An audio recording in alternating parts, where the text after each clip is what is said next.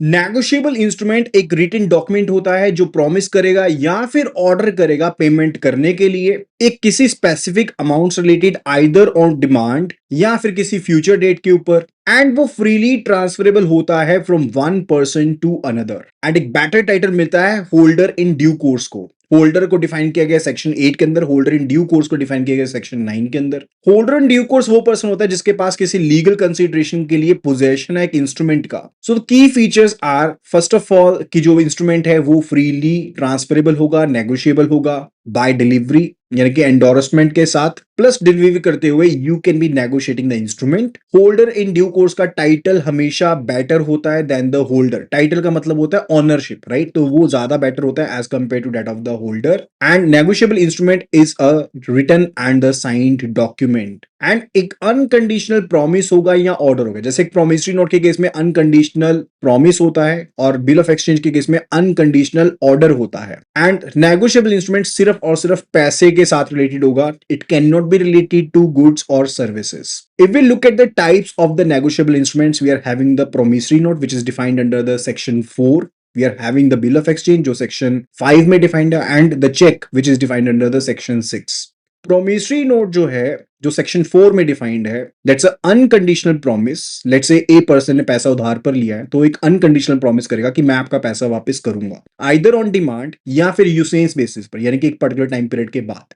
सो इसमें दो पार्टीज होती है, एक होती है मेकर, दूसरी होती है पे। मेकर यानी कि जो बोरोअर है, एक तरह से कह लीजिए वो पर्सन एक प्रॉमिस करेगा कि मैं आपके पैसे दूंगा, और दूसरा है पेई जिसको पैसे मिलने हैं। So drawer of the instrument in case of promissory note is maker. So promissory note must be in writing. एक unconditional promise होना चाहिए, must be signed by the maker and a definite amount and time must be mentioned there. Second जो है वो bill of exchange है। Bill of exchange check की तरह होता है। Let's say person A ने सामान दे दिया person B को।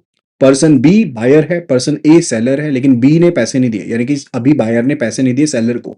तो ए जो कि सेलर है वो एक अनकंडीशनल ऑर्डर देगा पर्सन बी को, रिटर्न ऑर्डर देगा पर्सन बी को कि तुमने मुझे इतने पैसे वापस देने हैं, या तो ऑन डिमांड बेसिस पर या एक पर्टिकुलर टाइम पीरियड के बाद। और लेट्स से वो कह देता है कि पैसे जो देने हैं ना वो पर्सन सी को देने हैं। तो इस केस में तीन पार्टीज होंगी बिल ऑफ एक्सचेंज के केस में। One, it's a drawer who is the seller, यानी कि जो क्रेडिटर है जिसने पैसा उधार पर दिया है। दूसरा होगा ड्रॉई, यानी कि जो बायर है जिसके नाम पर बिल ऑफ एक्सचेंज को ड्रॉ किया गया है। और तीसरा पर्सन होगा वो जिसको पैसे मिलेंगे, जो बिल को प्रेजेंट करेगा टू द ड्रॉई एंड उसको पैसे मिल जाएंगे। इस केस में ड्रॉई का एक और रूल होता है, यानी कि जब एक ऑर्डर दे दिया तो उस ऑर्डर को अगर सामने वाला मानेगा, एक्सेप्ट करेगा, तभी तो वो ऑर्डर वैलिड होगा, राइट? तो जो पर्सन बी है दैट्स द बायर, वो बिल को एक्सेप्ट भी करता है, यानी कि ऑर्डर को एक्सेप्ट करने का काम भी करता है, उसको एक्सेप्टर भी कहते हैं। So bill of exchange is also in writing. एक अनकंडीशनल ऑर्डर होगा, must be signed by the drawer and accept किया जाएगा ड्रॉई के द्वारा, यानी कि बायर के द्वारा। और ये भी एक स्पेसिफिक अमाउंट के साथ होना चाहिए और एक पर्टिकुलर डेट से रिलेटेड होना चाहिए। तीसरा इंस्ट्रूमेंट है चेक, जो कि section 6 of the negotiable instrument act में डिफाइंड है। चेक आप इशू भी करते हैं, bearer cheque, order cheque, right? तो चेक हमेशा ड्रॉ किया जाता है एक बैंक के ऊपर। तो in case of cheque, properties लगभग सेम है as kind of bill of exchange, लेकिन जो चेक है वो होता है हमेशा ड्रॉ एक बैंक के ऊपर। तो ड्रॉई हमेशा और हमेशा एक बैंक रहेगा। So drawer is the account holder जिसका अकाउंट चल रहा है, ड्रॉई होगा एक बैंक, और पे होगा वो पर्सन जिसको पेमेंट मिलनी है। And the cheques can be of different type. Bearer cheque हो सकता है जिसके हाथ में चेक, उसका पैसा। दूसरा ऑर्डर चेक, जिसमें एक पर्सन को पे करने का ऑर्डर किया जाएगा, उसी पर्सन को पेमेंट मिलेगी। अकाउंट पे चेक या क्रॉस चेक, जो एज सच कहीं पर डिफाइंड नहीं है नेगोशिएबल इंस्ट्रूमेंट एक्ट में, लेकिन एज पर द कस्टम्स ये चेक चलता है।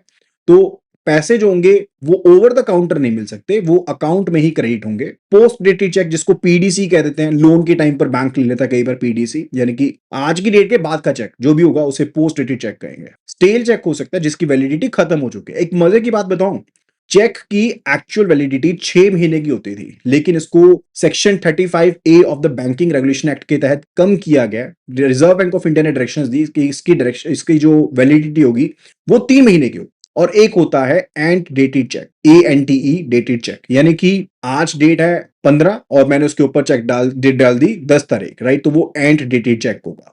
सो चेक हमेशा और हमेशा बैंक के ऊपर ड्रॉ होगा, must be signed by the drawer, acceptance की जरूरत नहीं पड़ती है in case of cheque, and it can be closed so as to ensure the safety. So this was a quick review about the negotiable instruments where we covered the promissory note, bill of exchange and the checks. If you want to see the another part and ऐसे ही quick information चाहिए तो जल्दी से channel को subscribe कर लो, and अगर आप JIB CIB की तैयारी कर रहे हो तो कंप्लीट कोर्स अवेलेबल है JIB या CIB लिख करके व्हाट्सएप कर दो इस नंबर के ऊपर, that is 8360944207, and subscribe for more. Thank you so much and see you again in the next video. Happy learning.